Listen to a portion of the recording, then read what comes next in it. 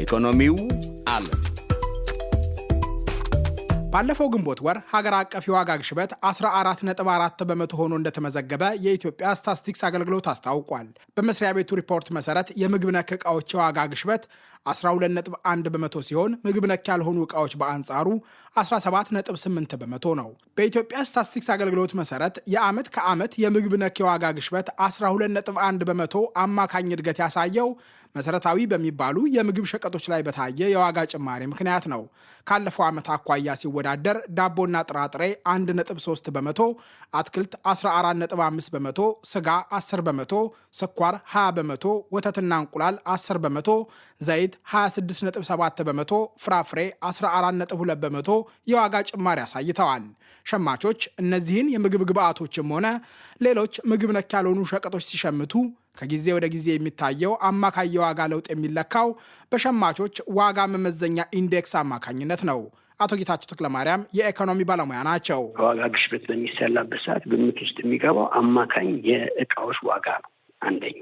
ሁለተኛ ከአንድ ገበያ ላይ የተሰበሰበ መረጃ አይደለም እንደ ግብዓት የሚጠቀመው በተለያዩ የሀገሪቷ ክፍሎች ውስጥ ካሉ ገበያዎች የሚሰበሰብ ዋጋ መሰረት ያደረገ ስሌት ነው የሚጠቀመው። ከአልባሳት፣ ምግብ፣ የቤት እቃዎች፣ ፈርኒቸር፣ ሌሎችም አይነት መሳሪያዎችን በአጠቃላይ በዝርዝር በተመረጡ ገበያዎች ውስጥ በየጊዜው ያላቸውን ዋጋ ሄዶ ይሰበሰባል። ከዛ ምንድን ነው የሚሆነው? አማካኝ የእያንዳንዱ እቃ ዋጋ ይወጣል። ለምሳሌ በ50 ገበያዎች ውስጥ 1 ሊትር ዘይት በዛ ወቅት በተሰበሰበበት ወቅት ምን ያክል ነው የሚሸጠው የሚለው ከተሰራ በኋላ በአማካኝ 1 ሊትር ዘይት በሀገሪቷ ውስጥ ምን ያክል ይሸጣል ተብሎ ዋጋው ይታወቃል ማለት ነው። አንድ ሰው በወር ውስጥ የሚጠቀመው ዘይትና በወር ውስጥ የሚጠቀመው የጤፍ ዱቄት እኩል አይደለም። ለዋጋ ኢንዴክሱ ወይንም ደግሞ ለኮንሱመር ፕራይስ ኢንዴክስ ለምንለው አንድ ሰው በወር ውስጥ ይጠቀመዋል ብለን ለምናስበው ኢንዴክስ እነዚህ እቃዎች በአጠቃላይ የሚያዋጡት አስተዋጽኦ ይለያያል። ቢኮዝ አጠቃቀማችንም ስለሚለያይ አንድ ጊዜ የገዛነውን ልብስ በየወሩ አንገዛው። አንዴ የገዛነው ለብዙ ጊዜ ያገለግላል። አንዴ የገዛነው የጤፍ ዱቄት ግን በዛ ወር ውስጥ የሚጠናቀቅ ነው። ስለዚህ ለኮንሱመር ፕራይስ ኢንዴክሱ ያላቸው አስተዋጽኦ ይለያያል ማለት ነው። ማዕከላዊ ዋጋ ከወጣላቸው በኋላ ለአንድ ሰው አጠቃቀም ውስጥ እንዳላቸው አስተዋጽኦ ደግሞ ወደ ኢንዴክስነት ይቀየራሉ። ያንን ኢንዴክስ ነው እንግዲህ እንደ ማነጻጸሪያ እየወሰድን የምንጠቀመው። የዋጋ ግሽበት የሚያድግበት ምጣኔ ከቀደሙት ዓመታት ቢቀንስም በተያዘው ወር ለአንድ እንቁላል እስከ 23 ብር ለሚከፍሉ አዲስ አበቤዎች ወይም ከ18 እስከ 20 ብር ለሚጠየቁት የመቀለ ነዋሪዎች በቀጥታ እፎይታ የሚሰጥ አይደለም። 5 ሊትር ዘይት በአሶሳ እስከ 1750 ብር፣ በአዲስ አበባ እስከ 1650 ብር ድረስ ይከፈልበታል። በመቀለ ከ250 እስከ 290 ብር የሚከፈልበት 1 ሊትር የምግብ ማብሰያ ዘይት በባህር ዳር እስከ 400 ብር እየተሸጠ እንደሚገኝ ዶይቼ ቬለ ለመገንዘብ ችሏል። ጤፍ በመቀለ በኩንታል ከ9 እስከ 12 ሺህ ብር፣ በአሶሳ እስከ 13 ሺህ ብር፣ በአዲስ አበባ በኪሎ እስከ 150 ብር፣ በባህር ዳር ከ90 እስከ 140 ብር ድረስ ይከፈልበታል። የዋጋ ግሽበት ቀነሰ ሲባል ቀጥተኛ የዋጋ ቅናሽ አይደለም የሚያሳየው። ባለፈው ወር ያ ባስኬት ኦፍ ጉድስ ወይንም እነዚህ የተሰበሰቡት አንድ ሰው ይጠቀምባቸዋል የሚባሉት እቃዎች ቢገዙበት ከነበረው አንጻር በዚህኛው ወር ልዩነቱ ወይንም ደግሞ ሬቱ በምን ያክል ጨመረ ወይንም ቀነሰ ነው የምናወራ ያለ። ዋጋ ጨምሮ የዋጋ ግሽበት ሊቀንስ ይችላል ማለት ነው። በወሩ ውስጥ ጤፍ ጨምሮ ዘይት ሊቀንስ ይችላል። አማካኝ የዋጋ ልዩነቶቹን ነው ኢንፍሌሽኑ የሚያሳየን ማለት ነው። በአማካኝ አንድ ሰው የሚጠቀምባቸው እቃዎች ያለፈው ወር ወይንም ደግሞ ያለፈው ዓመት ተመሳሳይ ወር ከነበረው አማካኝ የነገሮች የዋጋ ጭማሪ አንጻር ጭማሪው ጨምሯል ወይንስ ቀንሷል ነው የሚያሳይ። ለዛ ነው ቀጥታ የዋጋ መጨመር ወይንም ደግሞ የዋጋ መቀነስ ሆኖ ላይ አመላክት የሚችለው። ከዓመት በፊት ማለትም በግንቦት 2016 የኢትዮጵያ አጠቃላይ የዋጋ ግሽበት 22.8 በመቶ ነበር። ለ2018 የተዘጋጀው የበጀት ሰነድ እንደሚያሳየው የአጠቃላይ የሸቀጦች የዋጋ ንረት በነሐሴ 2014 ከነበረበት 34.5 በመቶ ከፍተኛ እድገት በመጋቢት 2017 ወደ 13.5 በመቶ ዝቅ ብሏል። የህዝብ ተወካዮች ምክር ቤት አባል የሆኑት ኡስታዝ ካሚል ሸምሱ ግን የኢትዮጵያ መንግስት ይፋ ያደረጋቸው የዋጋ ግሽበትን የተመለከቱ አሃዞች እውነተኛውን የገበያ ሁኔታ ለማሳየታቸው ጥርጣሬ አላቸው። የግል ተወዳዳሪ የሆኑት ኡስታዝ ካሚል ለገንዘብ ሚኒስትር አህመድ ሽዴ ጥያቄያቸውን ያቀረቡት የ2018 በጀት ለምክር ቤቱ በቀረበበት ወቅት ነው። ከዋጋ ንረት ጋር ተያይዞ የቀረበ ንጽጽር አለ። 2014 ነሐሴ ላይ 34.5 በመቶ እንደነበርና መጋቢት 2017 ወደ 13.5 እንደወረደ ያው ይሄ አሃዝ በተለያየ ጊዜ ለዚህ ቤት ይቀርባል። እኔ ጥያቄ ግን እነዚህ ቁጥሮች መሬት ላይ ማህበረሰቡ እየኖረው ካለው ኑሮ አንጻርና ከተጨባጩ አንጻር መለኪያው ምንድነው? ማህበረሰብ ውስጥ ነው ያለነው።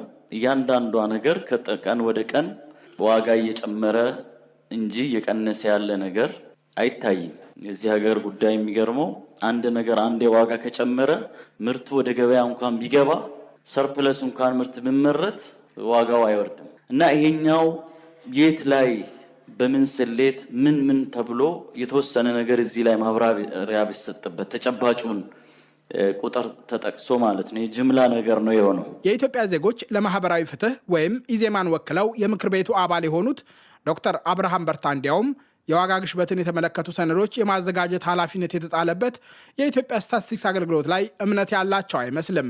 በሪፖርቱ የዋጋ ንረትና ግሽበት እንደቀነሰ ተገልጿል። ነገር ግን ዜጎች በኑሮ ውድነት እየተቸገሩ ነው። በተለይ የኢትዮጵያ ስታትስቲክስ አገልግሎት ያወጣው መረጃ በደንብ ቢታይ፣ ምክንያቱም መሬት ላይ ያለው ዳታ እንዴት ነው እየወሰደ ያለው? አሁን የምግብ ዘይት በአመት ውስጥ በ600 ብር ጭማሪ ነው የጨመረው። የጤፍ ዋጋ ያለው ሁኔታ እናውቃለን። አጠቃላይ በዕለት ተዕለት የምንጠቀማቸው የኑሯችን የሚያስፈልጉ ጉዳዮች የዋጋ ሁኔታ ያለበት ደረጃ ዜጎች ያውቃሉ፣ እኛም እናውቃለን። በምን አይነት ሁኔታ ነው የኑሮ ውድነት ቀነሰ? 2014 የነበረበት የዋጋ ንረት ከ34% ወደ 14% ወረደም ሊባል የሚችለው?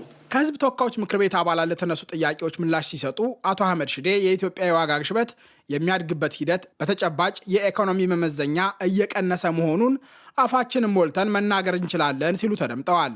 የገንዘብ ሚኒስትሩ መረጃ ሰብስቦ የዋጋ ግሽበትን የሚያሳዩ ስሌቶች በሚሰራው የኢትዮጵያ ስታትስቲክስ አገልግሎት ላይ የተነሳውን ጥያቄም አልተቀበሉም። 100 ብር የነበረ ዕቃ አሁን ከሪፎርሙ በኋላ 95 ነው እያልን አይደለም ያለ ነው። የኢንፍሌሽን የእድገት ሬቱ ነው የቀነሰው እና በዚህ ረገድ በየትኛውም የኢኮኖሚ መመዘኛ የኢንፍሌሽን እድገት ሬቱ እየቀነሰ ነው የሚገኘው። የኢትዮጵያ ስታትስቲክስ ኤጀንሲም ከፍተኛ አቅም ያለው የተመሰከረለትና ተአማኒ ነው መረጃው። ምንም በዛ ደረጃ የሚያጠራጥር ነገር የለውም። የሸማቾች ዋጋ መመዘኛ ኢንዴክስን ለማዘጋጀት በየወሩ የኢትዮጵያ ስታትስቲክስ አገልግሎት ሰራተኞች በመቶዎች ከሚቆጠሩ ገበያዎች የዋጋ መረጃዎችን ይሰበስባሉ።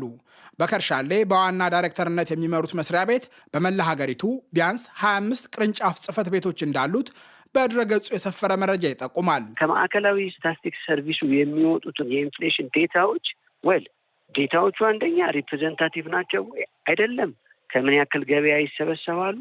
ብዙዎቹ በሀገራችን አሁን ባለንበት ወቅታዊ ሁኔታ አንጻር እነዚህ ዋጋዎች የሚሰበሰቡባቸው ገበያዎች ለስታትስቲክስ ኤጀንሲው ተደራሽ የማይሆኑበት እድል ካለ የሚሰበሰበው ፖይንት ዴታ የዋጋ እንቅስቃሴውን የሚወክል መረጃ ላይሆን ይችላል። ያ ደግሞ በሂደት ምን ያመጣል? ሪፕሬዘንቴሽን ለመጨመር በሚል ለምሳሌ አክሰሰብል በሆኑት መጓዝና ዴታ መሰብሰብ ወደሚቻልባቸው ቦታዎች ላይ የተሰበሰበ ዴታ ስለሚሆን አጠቃላዩን የሀገሪቱን ሪያሊቲ የሚያመላክት ላይሆን ይችላል። አንድ ሁለት ግን አማካኝ የዋጋ ጭማሪን የሚያሳይ ስለሚሆን ሁሉም ነገር ላይ የምናያቸውን የዋጋ ጭማሪዎች ላይወክልልን ይችላል። ቅናሽ ነው ሲባል በሆነ ጊዜ ከተመዘገበ አማካኝ የዋጋ ጭማሪ አንጻር አሁን ያለው ጭማሪ ጨመረ ወይንስ ቀነሰ ነው የሚያሳየን። በሁለቱ አንጻር በስታትስቲክስ ኤጀንሲ በሚያወጣው መረጃ ላይ የሚነሳው ነገር የተወሰነ እውነታነት ሊኖረው ይችላል። የኢትዮጵያውያንን ኢኮኖሚያዊ አቅም የሚፈታተነው ግን የዋጋ ግሽበት ብቻ አይደለም።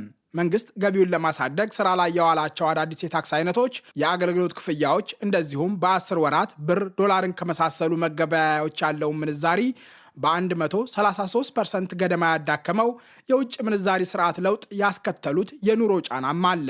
ለምሳሌ የገንዘብ የመግዛት አቅም በምን ያክል ሁኔታ ተቀየረ፣ ከሰውየው ገቢ አንጻር እሱ ምን ማለት ነው የሚለውን የምትመዝን ከሆነ ለምሳሌ በኢትዮጵያ ብር የሚከፈለውና በዶላር የሚከፈለው አንድ ሰው በኢትዮጵያ ውስጥ ለምሳሌ ከኤክስቼንጅ ሬት ልዩነት የሚመጣባቸውን ጫና የመቋቋም አቅማቸው እኩል አይሆኑም። ከገንዘብ የመግዛት አቅምም ተነስቶ የሚመጣ የኮስት ኦፍ ሊቪንግ ቻሌንጅ አለ። በዓለም አቀፍ ገበያዎችም ይዘውብን የሚመጡት ጫናዎች አሉ። ከፋይናንሻል ሴክተር ጋር ብታነጻጽረው ለምሳሌ በቀላሉ ክሬዲት አክሰስ ማድረግ የሚችል ሰው እና በቀላሉ ክሬዲት አክሰስ ማድረግ የማይችል ሰው እኩል አይነት የኑሮ ጫናን የመቋቋም አቅም አይኖረውም። የገቢ ታይፓችንም ራሱ የተለያየ ነው። ወር ጠብቆ የሚያገኝና በየቀኑ የሚያገኝ ሰው እንደዚህ አይነት የኑሮ ጫናዎችን የመቋቋም አቅማቸው እኩል አይደለም። የኢትዮጵያ ባለስልጣናት የዋጋ ግሽበት በሚቀጥለው ዓመት 10 በመቶ ይደርሳል የሚል እምነት አላቸው። ለዚህም ብሔራዊ ባንክ ለመንግስት የሚሰጠውን የቀጥታ ብድር አቁሟል። ባንኮች የሚሰጡት የብድር እድገት በ18 በመቶ ብቻ እንዲወሰን ተደንግጓል። እርምጃዎቹ ለ2018 በተዘጋጀው በጀት እንደታየው አዳዲስ የመንግስት ፕሮጀክቶችን በማስቀረት የፊስካል ወጪ መወሰንን የሚያካትት ነው። ብሔራዊ ባንክ የወሰዳቸው እርምጃዎች ተገቢና የዋጋ ውድነቱን የዋጋ ጭማሪን በማረጋጋት ረገድ በጣም ከፍተኛ አስተዋጽኦ የነበራቸው ናቸው። ከፊስካል ፖሊሲ ሳይድ ራሱን መቆጠብ የሚችል ዲስፕሊን የሆነ የስቴት አፓራተስ አለ ብዬ አላስብም። በዛ ላይ አሁን ያለን የፐብሊክ ኢንቨስትመንት ብዙ በአጭር ጊዜ የሚጠናቀቁ ፕሮጀክቶች ግምት ውስጥ ያስገባ ነው። በአመት በሁለት አመት ያ አጭር የፊስካል ሳይክል ያላቸው ፕሮጀክቶች እየጨመረ በመጣ ቁጥር በኢኮኖሚ ውስጥ እሱ የገንዘብ ቶሎ ቶሎ ወደ ኢኮኖሚ ውስጥ የመግባት እድል ይፈጥራሉ። እኔ ከፊስካል ሳይድ በቂ እገዛ እያገኘ አይደለም ብሔራዊ ባንኩ ብዬ ነው ማስበው እንጂ አቺቭ ማድረግ ይቻላል ብዬ አስባለሁ የብሔራዊ ባንኩን ታርጌት። ይሁንና የኢትዮጵያ ብሔራዊ ባንክ የብድር እድገት ላይ የተጣለውን ገደብ በመስከረም 2018 እንደሚያነሳ አስታውቋል። የሀገሪቱን የኢኮኖሚ ማሻሻያ መርሃ ግብር በ3.4 ቢሊዮን ዶላር ብድር የሚደጉመው ዓለም አቀፉ የገንዘብ ድርጅት የኢትዮጵያ ባለስልጣናት ባንኮች የሚሰጡት ብድር ላይ የተቀመጠውን ገደብ ሊያነሱ እንደሚገባ ያሳሰበው በጥር 2017 ነበር። አቶ ጌታቸው ግን መቀመጫውን በዋሽንግተን ዲሲ ካደረገው አበዳሪ ተቋም እየመጣ ባለ ጫና በ18 በመቶ የተገደበውን የብድር እድገት ለማንሳት ጊዜው ገና ነው ሲሉ ያስጠነቅቃሉ። ኤርሊ ነው ብዬ ነው ማስበው እሱን እርምጃ ለመውሰድ ቢኮዝ ገና ኢንፍሌሽነሪ ፕሬሸሩ እንደውም ባለፉት 2 ወራቶች የመጨመር አዝማሚያ እያየን ነው። ስለዚህ እዚህ ላይ የብድር አቅርቦት የነበረውን ገደብ የምናነሳ ከሆነ ኦብቪየስሊ በኢኮኖሚ ውስጥ ኢንፍሌሽነሪ ፕሬሸሩ አሁን ካለበትም ከፍ እያለ የሄዱ አይቀርም። አድማጮች፣ የዛሬው መሰናዶ ተጠናቀቀ። እሸቴ በቀለ ነኝ። ጤና ይስጥልኝ።